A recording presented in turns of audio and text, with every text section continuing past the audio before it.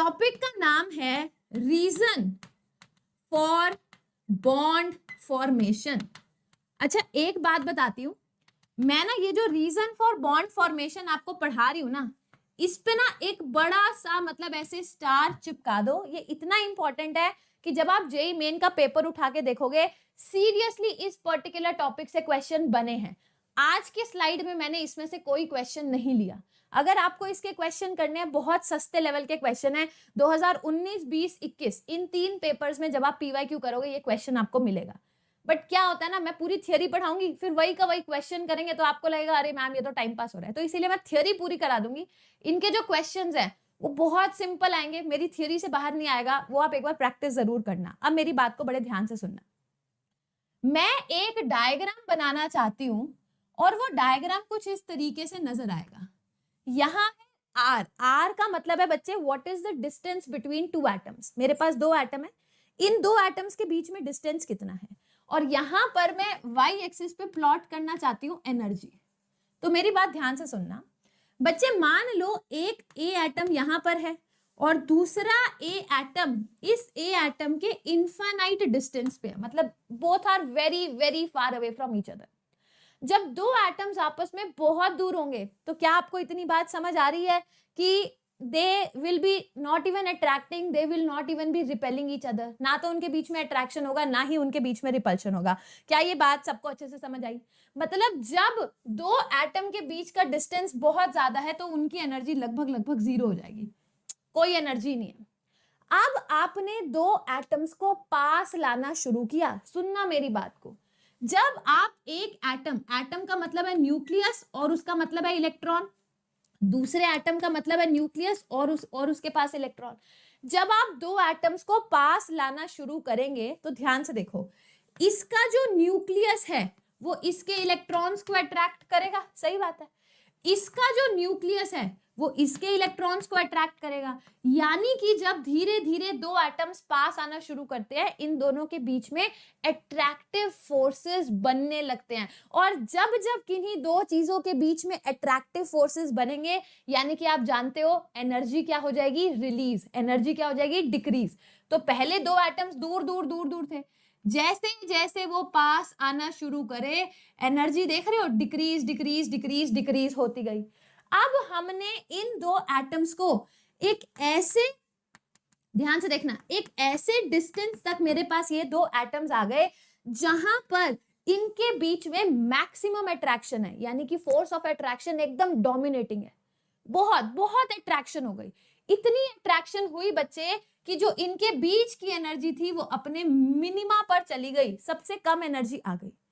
भैया अब अगर तुमने इन दोनों एटम्स को और ज्यादा नजदीक लाने की कोशिश करी तो भाई साहब अब इसका न्यूक्लियस इसके न्यूक्लियस को इतने गंदे तरीके से रिपेल करेगा, इसका इलेक्ट्रॉन इसके इलेक्ट्रॉन को इतने गंदे तरीके से रिपेल करेगा कि at this point of time जब आपने एटम्स को और ज्यादा पास लाने की कोशिश करी, तगड़े लेवल का रिपल्शन होगा।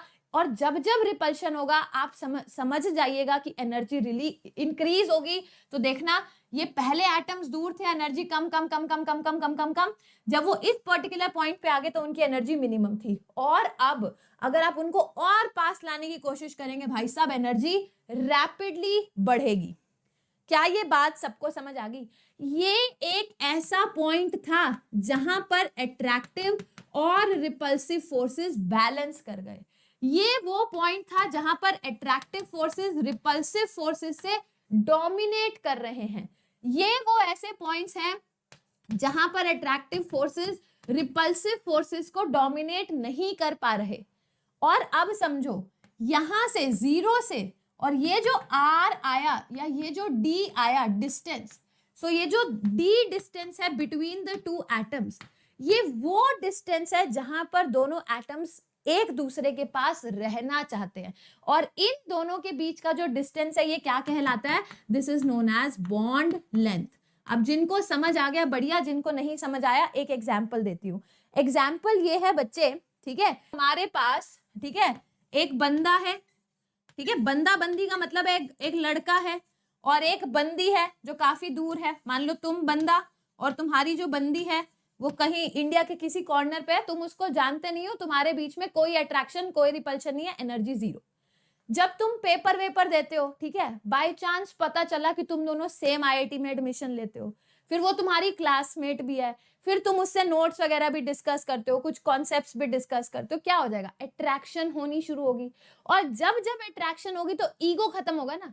मैं जनरली इस चीज को ऐसे कोरिलेट करती हूँ, भाई जब दो लोगों के बीच में अट्रैक्शन होती है तो जो उनका ईगो है, जो एंगर है, वो थोड़ा थोड़ा खत्म होने शुरू हो जाता है। तो जब दो एटम्स के बीच में अट्रैक्शन होगी, उनकी एनर्जी रिलीज होगी।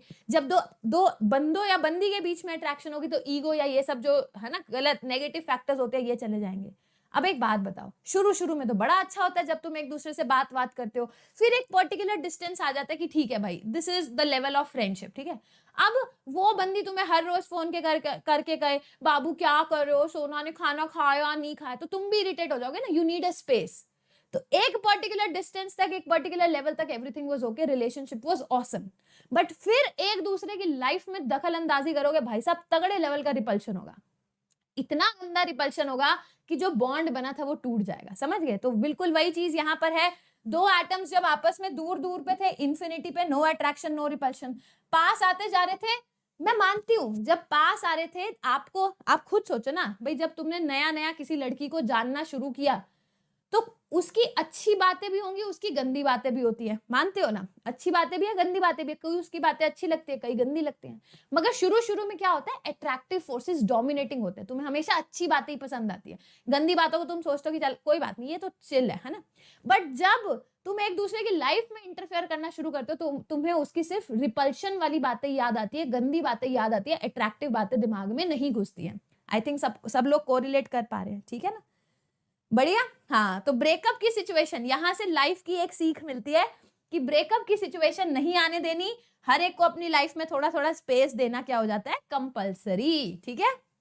आगे जाके बड़े होके ये चीजें काम आएंगी, खैर अभी तो क्या ही करना है। चलिए, यहां तक सारी चीजें अच्छे से समझ आ गई हो